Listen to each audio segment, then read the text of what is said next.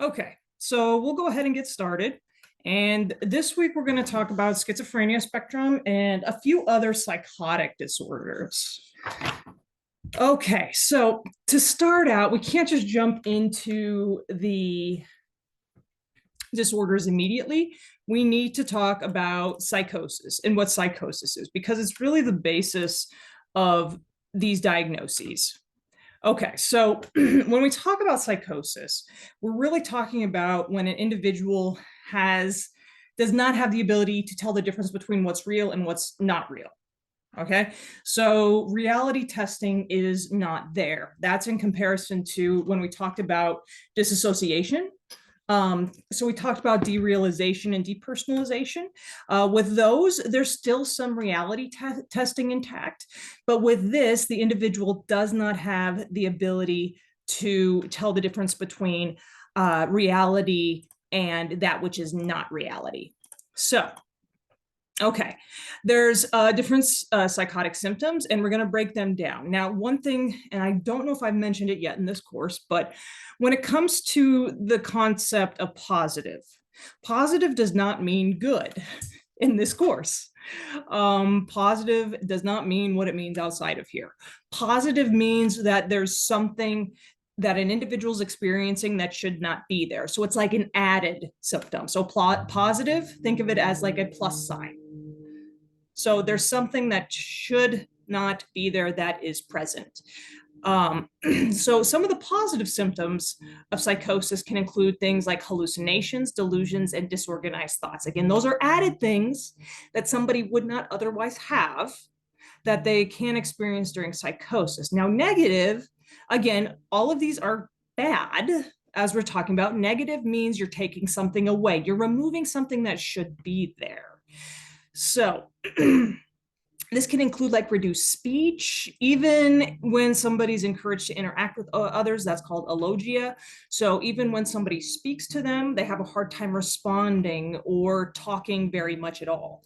There's a lack of emotional and facial expression. That's considered to be affective flattening. So if you tell the funniest joke in the world, the individual, again, they may just look like they're deadpan. There's no lightness in their eyes, there's no smile, there's no indication that they're about to smile or even laugh. The diminished ability to begin and sustain activities, so that's abolition. So again, getting up and doing things, completing tasks is just not there. Also, decreased ability to find pleasure in everyday activities. We've gone over this before. That's anhedonia. So again, things that used to feel good don't feel good anymore. And then social withdrawal or asociality. And so again, individuals who used to possibly interact with others, be a part of social groups, go out with friends, again, they've started to isolate. So again, positive symptoms, you're adding something that should not be there, and negative symptoms, you're removing something that should be there. So hopefully that helps delineate between the two. Okay, so again, with positive symptoms, we'll break these down even a little bit more. Again, unusual perceptions, thoughts, and behaviors that should not be there. And we have delusions. I'll break this down into, I have an entire chart of delusions that we'll go through. These are ideas that an individual believes to be true, but are more likely than not, like 99% possible, not real. They're impossible or they're extraordinarily unlikely. Okay, so that could be an example of this. The FBI is after me, and they believe that. These are thoughts that they believe are 100% true. It's not just like, well, maybe they are. No, they are. This is a truth, is what the individual believes. Hallucinations are going to be perception-like experiences that occur without external stimuli. So these are going to be like auditory or visual hallucinations. You're hearing something that may not be there, or you're seeing something that may not be there. And we'll talk about why these occur as well. There is a biological basis for these. Okay, so to talk a little bit about the types of delusions, we have a whole list, and these are some of them. And again, some of them, they overlap as well. Somebody might experience one of these, they might experience a vast majority of these, a couple of these. It's just going to depend upon the person and whether they're having delusions.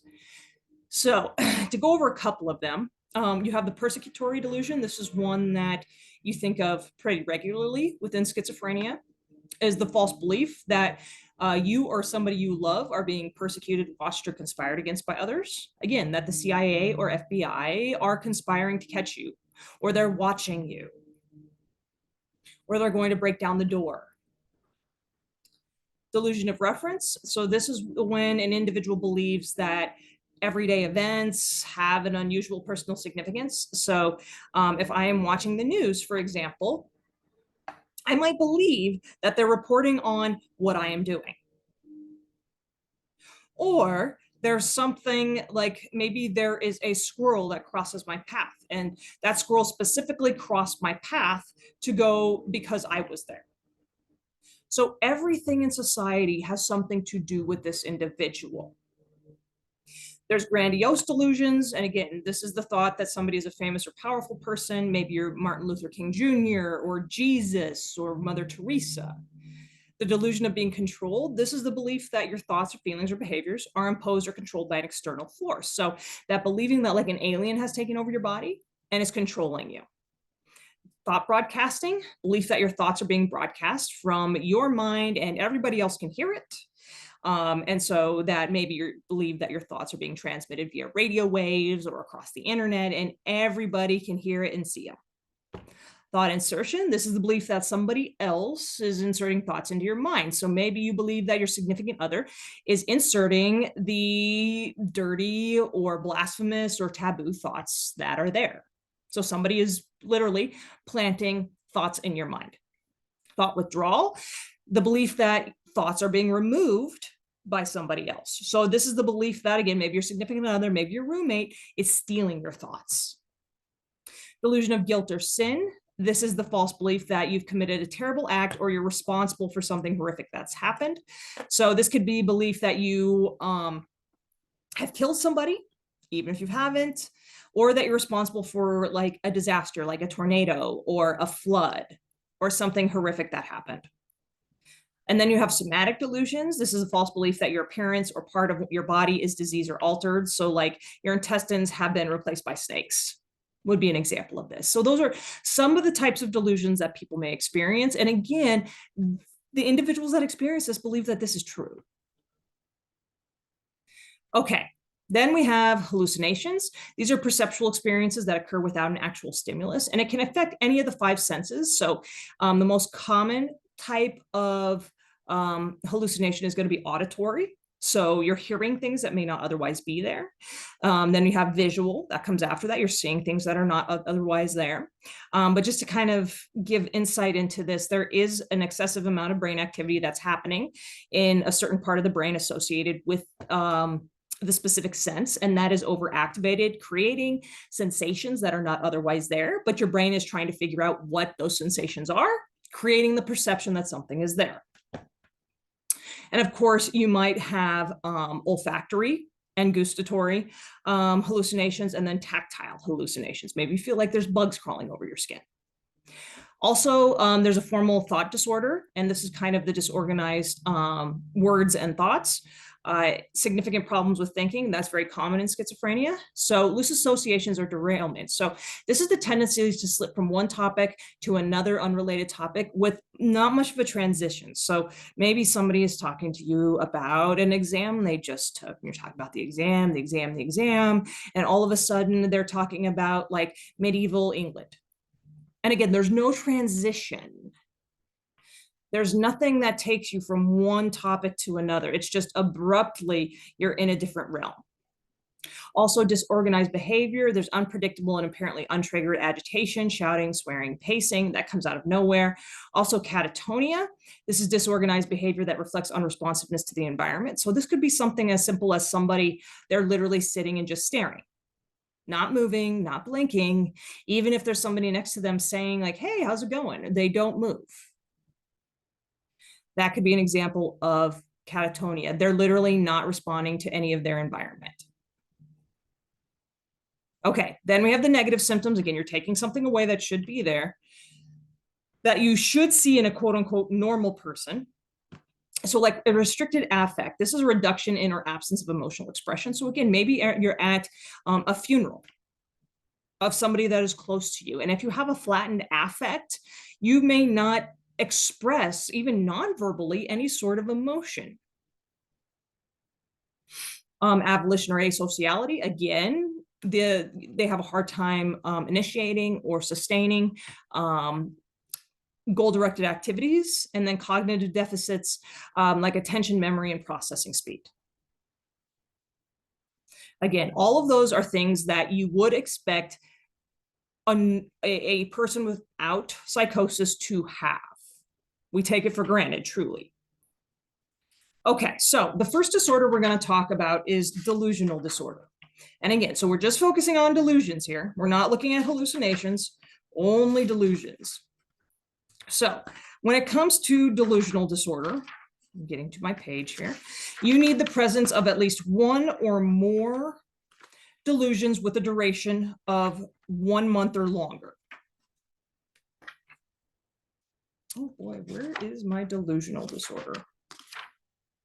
Okay, and so maybe somebody has the delusion again that the FBI is after them, and they've been peeking out their windows here and there. They've been like blocking their door. Maybe they haven't left their house because they're sure the FBI is after them, and the FBI is going to get them. For what?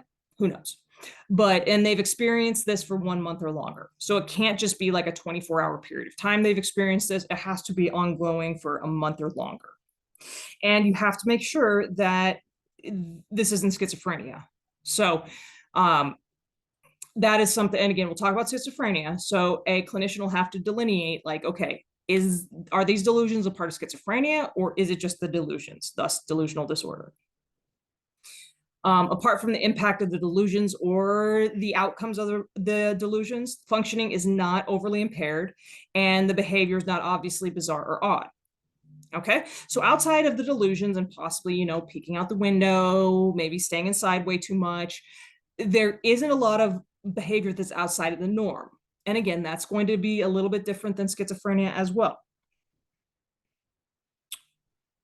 Okay, so the other thing, if an individual is manic, if manic or major depressive episodes have occurred, these have been brief relative to the duration of the delusional periods.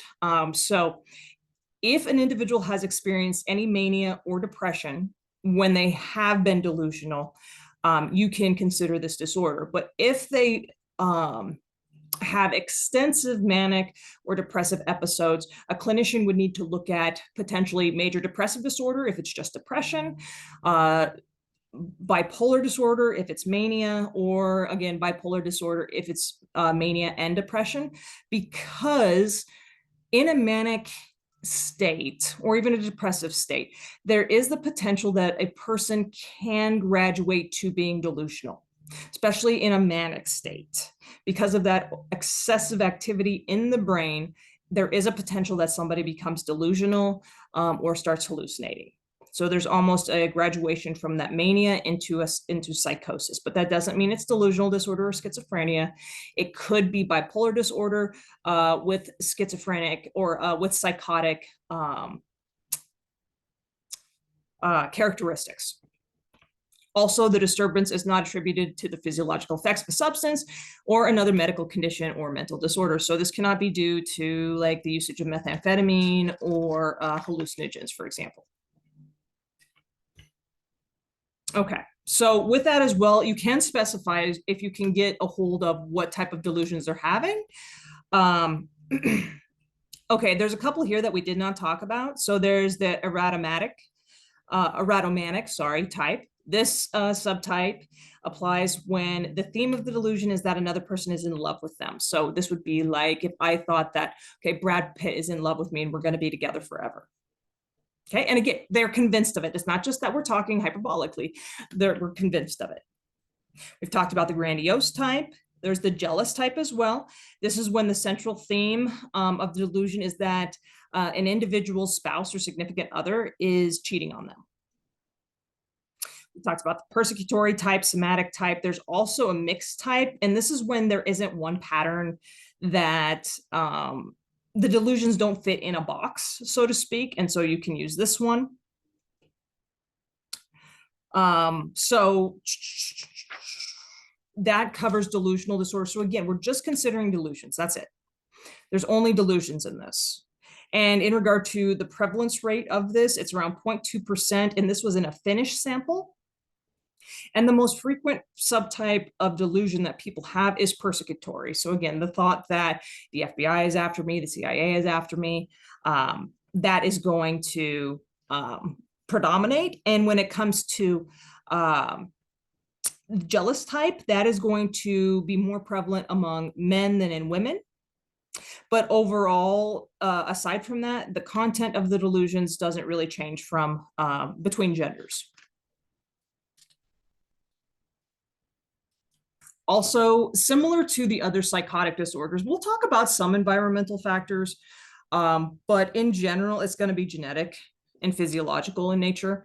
That's going to be the major correlative in the development of these disorders.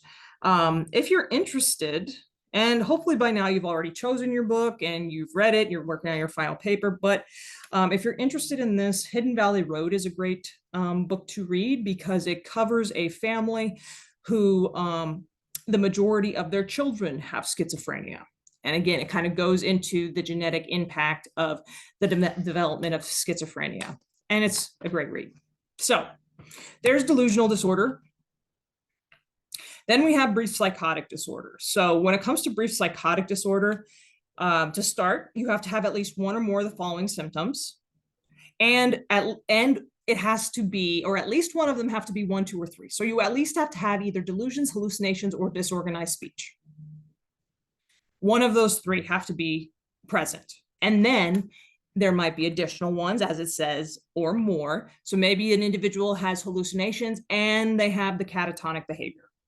Or maybe they have delusions, hallucinations, and catatonic behavior. Or maybe they just have hallucinations. So again, you mix and match, got to have 1, 2, or 3, and then you can add 4 as well. And the duration of an episode is at least a day, but less than a month. And I will kind of explain why that is important. So, yep, 1 day, 1 to 30 days.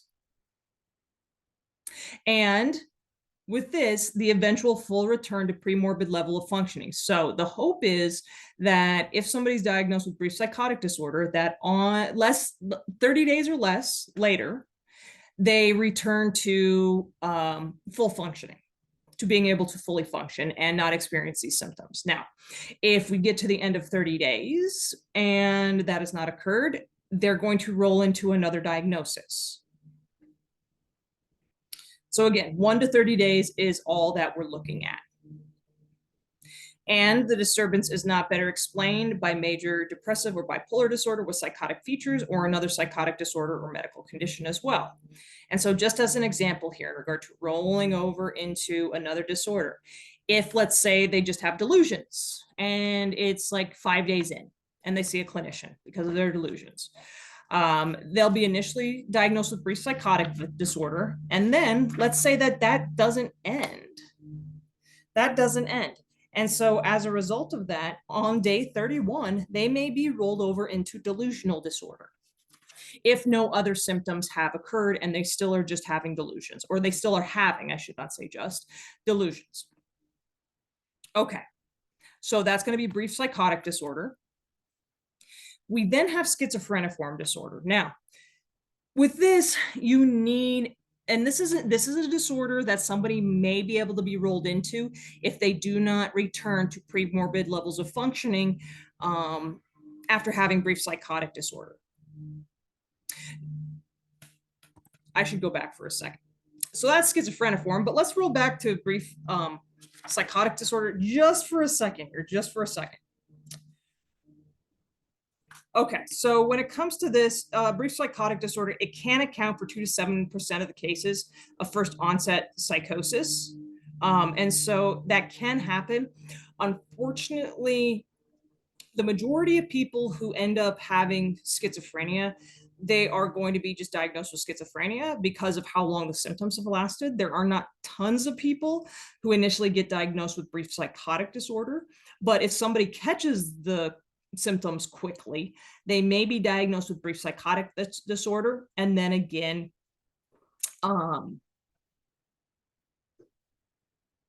they may roll over into that schizophrenia.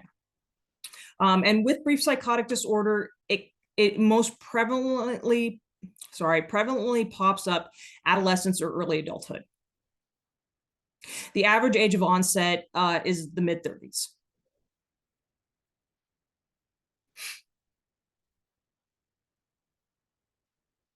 Let's see here. I think that's all I have for brief psychotic disorder. So again, let's go back to schizophreniform. Okay, so with schizophreniform, again, this could be something that you could roll over into if brief psychotic disorder does not subside. But you've got to have 2 or more of the following, each present for a significant portion of the time during 1 month. So you have to have had these symptoms for at least 1 month period of time. And again, at least one of them have to be 1, 2, or 3. So delusions, hallucinations, or disorganized speech, at least one of those has to be present. And then potentially grossly disorganized or catatonic behavior. And then we add the negative symptoms. So again, those are going to be like avolition and asociality and anhedonia. But again, you need at least 1, 2, or 3 plus 1 more. And an episode of this disorder, it lasts at least 1 month, but less than 6 months. Okay, so it can be between a month and 6 months. Once we hit that 6-month period, we're talking about something else. Also, you have to make sure schizoaffective and depressive or bipolar disorder with psychotic features have been ruled out again, like we were talking about in the last diagnosis. And the disturbance is not attributable, again, to a substance or other medical condition. Okay, so in regard to this diagnosis, in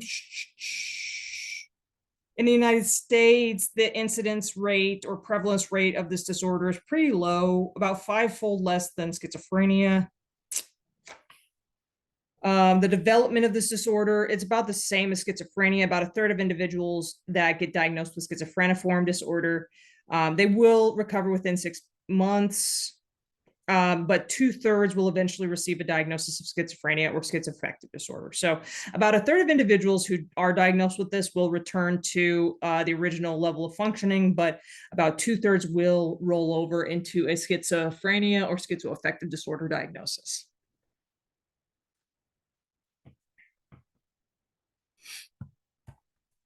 Okay, so then we have schizoaffective disorder. And when it comes to schizoaffective disorder, I usually compare it to a mixture of schizophrenia and a mood disorder.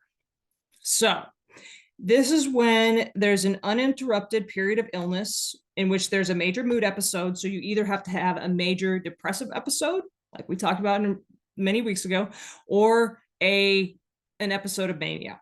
You have to have one of those.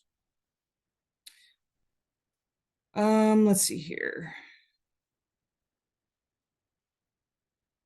Okay, then you also need 2 or more of the following presentations. Okay, each present for a significant amount of time during a 1-month period or less if successfully treated. And again, at least one has to be from the first 3. So again, you need 1, 2, or 3. And then possibly 4 or 5. Again, you need at least 2 of those. Also, the hallucinations and delusions for 2 or more weeks. You need hallucinations and delusions for 2 or more weeks in the absence of a major mood episode at some point during the entire lifetime duration of the illness. So with that being said, oh boy, where am I at here? Okay. The positive symptoms, whether that's the delusions, hallucinations, or disorganized speech, they have to occur outside of the mood episode. So they can occur with it, of course, but they need to occur outside of it as well. So it's not going to be diagnosed as like major depressive disorder with psychotic features. So those 2 things have to be separated. Symptoms that meet the criteria for a major mood episode are present for most of the total duration of both the active and residual portions of the illness. So again, it has to be present for, again, the majority of the time. And it's not the effects of the substance or an underlying medical condition. And again, you're going to specify whether, because again, you have to have a major, either a major depressive episode or a manic episode. And when you give the diagnosis, you have to either indicate that it's the bipolar type. So again, there was a manic episode that was present, or there was a depressive episode. So that specification would have to be included in there. So again, it's basically schizophrenia mixed with a mood disorder. And when it comes to this disorder, let's see if there's anything else in here. When it comes to this, I mean, you're going to see individuals that, again, so again, you have the negative symptoms and the disorganized or catatonic behavior. Individuals are going to have a hard time with self-care. Some of them also poor insight. Let's see here. Substance abuse can be common. They do find that there is less gray matter in the brain in those who have schizoaffective disorder, and that's similar to those who have schizophrenia. The prevalence rates are about 1/3 of schizophrenia. So the lifetime prevalence of this disorder in a Finnish sample is right around 0.3%. So your chances, again, according to the sample, of developing schizoaffective disorder at some point in your life is 0.3%. Usually schizoaffective disorder is going to appear early adulthood, but obviously it can appear at any point in time.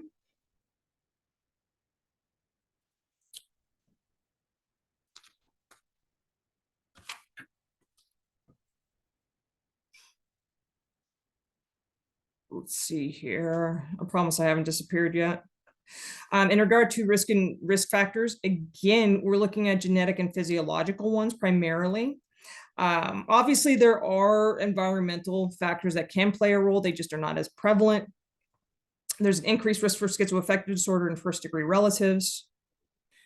Also, the risk can be increased among individuals who have a first-degree relative with bipolar disorder as well. The genetic risks for schizophrenia, schizophreniform, schizoaffective disorder, they're polygenic in nature, which means that there's more than one gene associated with these disorders. So I just need to make that clear. It's not just one gene that results in these disorders, it's a multitude as well. Okay, when it comes to suicide, the lifetime risk of suicide for schizophrenia is 5%. That's for schizophrenia and schizoaffective disorder. So 1 out of 20 people who are diagnosed with either schizophrenia or schizoaffective disorder will commit suicide, which is extraordinarily high. And if an individual has schizoaffective disorder, depressive type, that is going to increase the risk of suicide. So again, 1 out of 20 individuals. All right. Okay, so with that being said, okay, we have the 2 specifiers. Apologies, I didn't get to this before. Okay, now we have schizophrenia. This is the one everybody's interested in. But again, we have to talk about these other disorders as well, because they are just as impactful, and some of them can potentially lead to schizophrenia. So this has been a recognized psychological disorder since the early 1800s. And according to the DSM-5 text revision, the individual must show 2 or more symptoms of psychosis.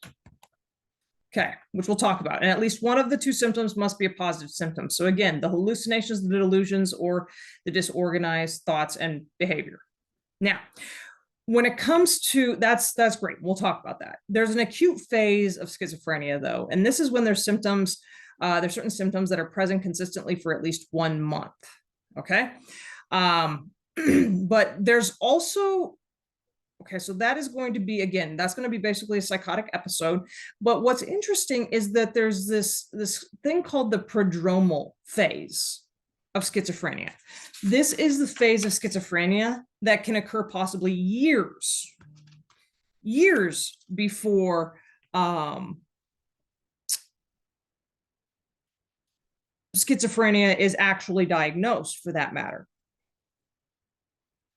And so with those prodromal symptoms, you will commonly see it's going to kind of reflect depression to a certain degree. There aren't positive symptoms, there's no hallucinations or delusions, but the individual in a prodromal in that prodromal phase will start to experience some of those negative symptoms like avolition, asociality, a flattened affect, and anhedonia, just to give a couple of examples. But sometimes people around them, parents, siblings, significant others, might just think that, oh, they're just a little bit depressed. No, in fact, this is the beginning stage of schizophrenia. For some people, not everybody has this. There's also residual symptoms, and those are going to remain after the acute phase. And these will also be those negative symptoms that we talked about. Okay. So again, with the diagnosis, you're going to need at least 2 or more of the following, each present for a significant portion of the time during a 1-month period. So, and at least one of them has to be 1, 2, or 3. So you either have to have delusions, hallucinations, or disorganized speech. So you need at least one positive symptom. And then you can also have, again, another positive symptom or one of the either grossly disorganized or catatonic behavior or negative symptoms. And okay, so you got that for a significant portion of the time since the disturbance, the level of functioning in one or more major areas like work, interpersonal relations, or self-care is much lower than previously. So maybe they're not showering anymore. Maybe they're not going to work. Maybe they lost their job. Maybe they're not talking to other people anymore, but there's something that is changing. And here's the thing. Okay, so you have to have at least a 1-month period of time in which you experience these symptoms, but then you also have to see these continuous signs that persist for at least 6 months. And again, the 6-month period must include at least 1 month of symptoms. And may doesn't have to include periods of prodromal or residual symptoms. So maybe somebody presents with these symptoms, but somebody that came with them said like, oh no, now that you told me what the negative symptoms are, they've been experiencing this for the last 7 months. So that would count toward those 6 months.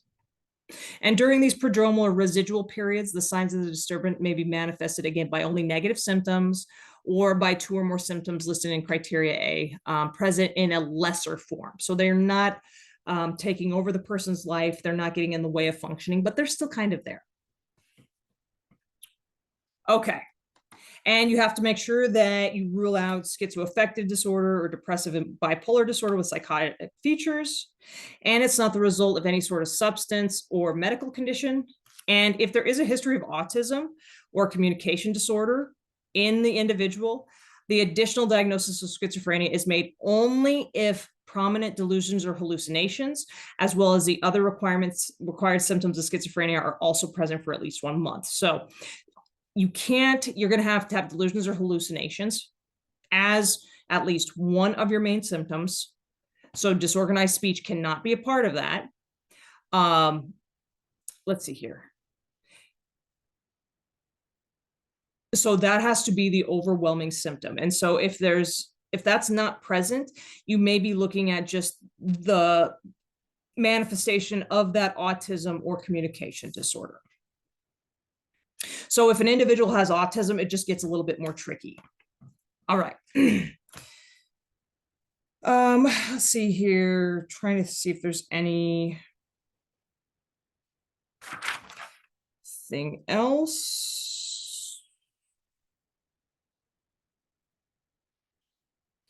Okay, so when it comes to prevalence rates, the lifetime prevalence rate of developing schizophrenia is right around 0.3 to 0.7%.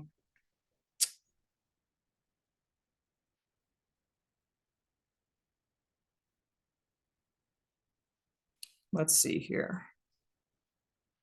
So again, highest rate is right around 0.7%. The prognosis for schizophrenia is not good. I can't even sugarcoat it really. It's one of the most severe and debilitating mental illnesses. Okay, so once somebody is hospitalized, let's say with a psychotic episode, the chances of them being rehospitalized is between 50 and 80%. So with every psychotic episode that they have, the chance of rehospitalization or having another psychotic episode increases. I'll explain a little bit more about that in a second. About, again, 5 to 10% will commit suicide. Yeah, that's so excessively high. But here's the thing, is that depending upon treatment and other things, some people may reach stabilization 5 to 10 years down the road. There is a high rate of medical problems, everything from like diabetes to hypertension, cholesterol levels. There's a lot of issues that go along with this as well. And that's even if somebody's taking care of themselves, and let's say they're on an antipsychotic, that increases their chances or makes them more prone to developing diabetes. Okay, so we talked about those rehospitalization rates, and I'll mention this now, and I'm pretty sure I will later as well. But once somebody has a psychotic episode, it increases the chances they have another. And so when we talk about antipsychotics in a little bit here, those are incredibly important because they decrease the severity of those positive symptoms, decreasing the chances that there is a full-blown psychotic episode or the severity is lower. And what happens when somebody has a psychotic episode is there's actually brain damage that happens. That's what increases the chances of another one happening. There's actual physical brain damage occurring because they have found in postmortem studies that individuals with schizophrenia, their brains have a much lower volume than those of a quote unquote normal brain because of the damage that has been done. One more note about this page, yes, 5 to 10% commit suicide, 20% of individuals, so 1 out of 5 will attempt suicide. Yep, about 1% of the general population. Let's see here, among all cultures, it's about the same. Okay, the onset is usually in late adolescence or early adulthood. It rarely occurs before adolescence or after the age of 40, but it is possible. It's about equal in males and females. Now, when it comes to the theories associated with schizophrenia, okay, when it comes to the theories associated with schizophrenia, we have biological theories. So we have genetic transmission. According to family studies, biological relatives with schizophrenia increase an individual's risk. Adoption studies, parents with schizophrenia create a stressful environment for children, even if they're not related biologically. Twin studies, there is a genetic predisposition plus the biological environmental factors that are going to influence whether twins develop the disorder. So you're seeing nature and nurture there. There is a strong genetic link in regard to the development of schizophrenia. It's about 1% of the general population, so you have about a 1% chance. But this increases to 10% if a first-degree relative has schizophrenia. So if mother, father, sibling. If that is the case, you have a 10% chance of developing schizophrenia. So that is a very big indication that that's very genetically based. The risk of developing schizophrenia is further increased when you have both parents with schizophrenia. It increases to 40%. So you have a 4 out of 10 chance of developing schizophrenia if both of your parents have it, again, indicating that it's a genetically based disorder. So identical twins have also demonstrated a 48% risk of developing schizophrenia if one has the disorder. So if one twin has the disorder, there's a coin flip chance that the other one will as well.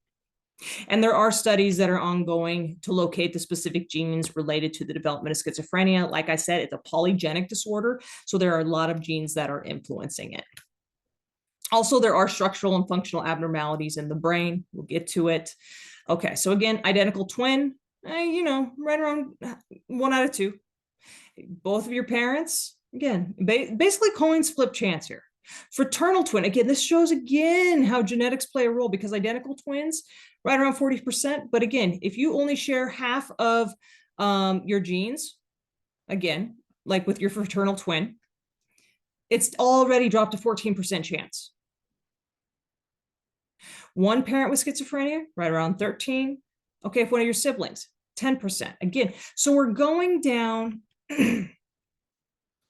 basically going down in regard to biological relatedness. And as we go down that biological relatedness, the percentage or chances of developing schizophrenia drops. Nephew or niece, right around 3%. So pretty low. Spouse, that's right around 2%. And that has more to do with the environment that an individual is in. Then an unrelated person, and we're down to 1%. Okay, so again, structural issues with the brain. So this is the brain comparison of two twins. One has schizophrenia, one does not.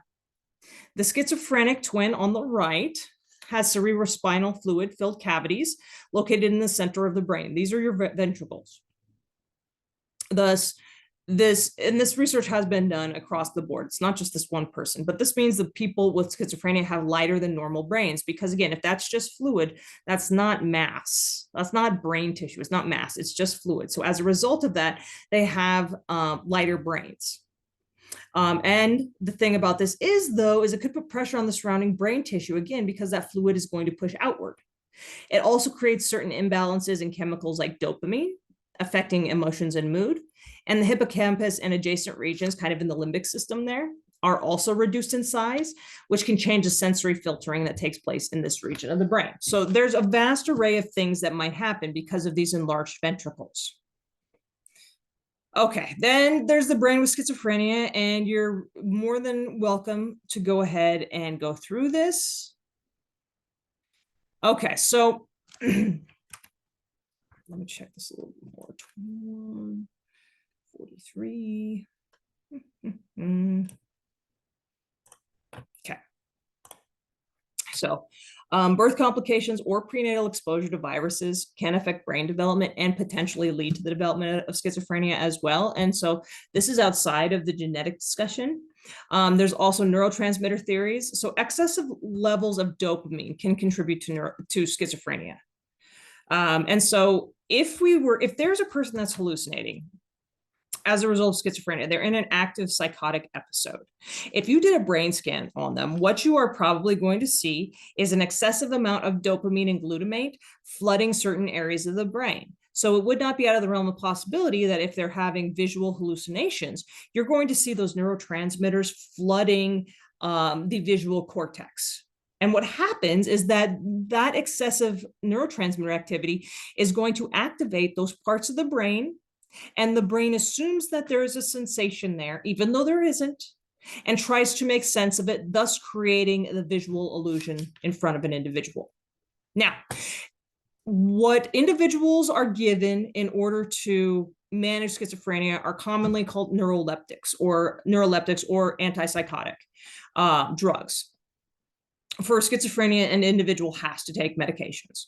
So there's only a couple of disorders where an individual has to 100% take a medication.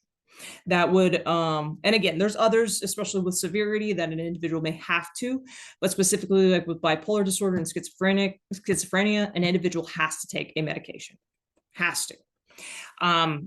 So what antipsychotics do is they actually block the reuptake of dopamine. And as a result of that, they decrease the activity of dopamine in the brain. So again, because there's so much activity of dopamine in the brain, your antipsychotics are going to slow that activity down. And the hope is that it reduces those positive symptoms like delusions and hallucinations. Yes, there is, in neuroimaging studies, there is a presence of more receptors for dopamine and higher levels of dopamine, usually in individuals with schizophrenia. Okay, the dopamine hypothesis, again, basically what I've been talking about. The hyperactivity of dopamine is responsible for the psychotic symptoms in schizophrenia.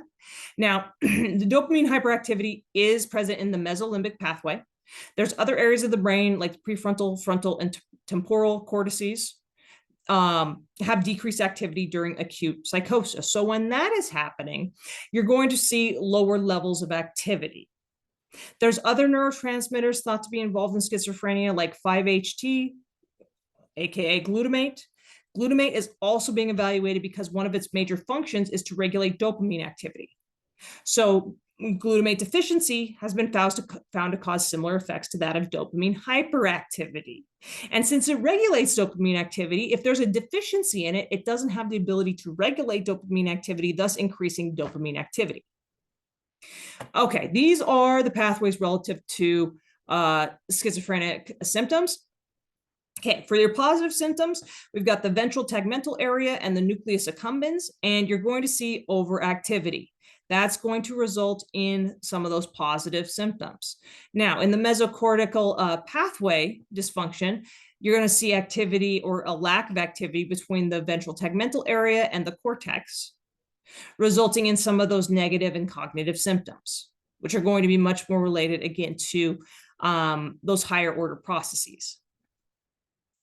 Okay, so when we talk about the mesolimbic pathway, and I might come back up here to explain more, but the pathway is going to project again from the VTA to the nucleus accumbens in the limbic system. When there's too much dopamine in this pathway, it's going to create positive symptoms, and it may also increase aggression, especially if there's excessive activity. It's also the site of the rewards pathway that we talked about a couple of weeks ago, and it's going to influence pleasure and reward. So antipsychotics that block dopamine receptors in this pathway reduce the pleasure effects, reduce the dopamine overall. This could also explain why individuals with schizophrenia have a higher incidence of smoking, because nicotine enhances dopamine in the reward pathway, and so they feel a little bit better, because again, some of those antipsychotics, they decrease pleasure almost sometimes significantly, to the extent that the individual has a hard time feeling good at all. Also, the antagonism of these receptors in the mesolimbic pathway treats positive psychotic symptoms, like we just talked about up here. And there is an occupancy requirement with the minimum threshold of 65% occupancy for treatment to be effective. So observations support the relationship between these dopamine receptors and clinical response, that 80% of responders to this occupancy above this threshold after treatment. Okay, so again, we're still at the mesocortical pathway. Or sorry, we move from the mesolimbic to the mesocortical. So with the mesolimbic, we're going from the basically the top of the brainstem around to the limbic system. Mesocortical, we're starting there and going up to the cortices. Again, projects from the VTA to the prefrontal cortex. It also projects projections to the dorsolateral prefrontal cortex, which regulates cognition and executive functioning. Again, that's going to be related to some of those like disorganized thoughts. The projections into the ventromedial prefrontal cortex regulates emotions and affect. Again, these are all things that we talked about, especially in regard to negative symptoms. And when you have decreased dopamine in the mesocortical projection to the dorsolateral prefrontal cortex, it's thought to be responsible for negative and depressive symptoms of schizophrenia. So again, that decrease in dopamine in this pathway, which is different than the mesolimbic, is going to result very commonly in those negative symptoms. Now, again, nicotiners are going to release dopamine in this pathway, which is going to alleviate some of those symptoms. And so you may see individuals with schizophrenia smoking possibly more than others, but I don't have data on that. All right, we have PET scans that have shown that this dopaminergic hyperactivity, especially in the nucleus accumbens, and the lower levels of dopamine activity in the frontotemporal regions, kind of backing this hypothesis. The studies using the D2 specific ligands provide data suggesting increased densities of dopamine receptors in the nucleus accumbens. And studies assessing the dopamine 1 function suggest that subpopulations of schizophrenics may have decreased densities of these receptors in the prefrontal cortex, thus resulting in lower amounts of dopamine activity, resulting in those negative symptoms that we've been talking about. So positive symptoms are thought to result from the overactivity in the mesolimbic dopaminergic pathway, activating those receptors, whereas the negative symptoms might result because there's decreased activity in the mesocortical dopaminergic pathway, because where those D1 receptors predominate, and there are lower densities of those receptors in that cortex. Okay, so we're going to take a break right there. We will come back with another biological theory, the glutamate hypothesis, but I think this is a good place to maybe take a break just for a second, and we will come right back if I can figure out how to do this. Okay, thanks for watching up to this point, and we will be back soon.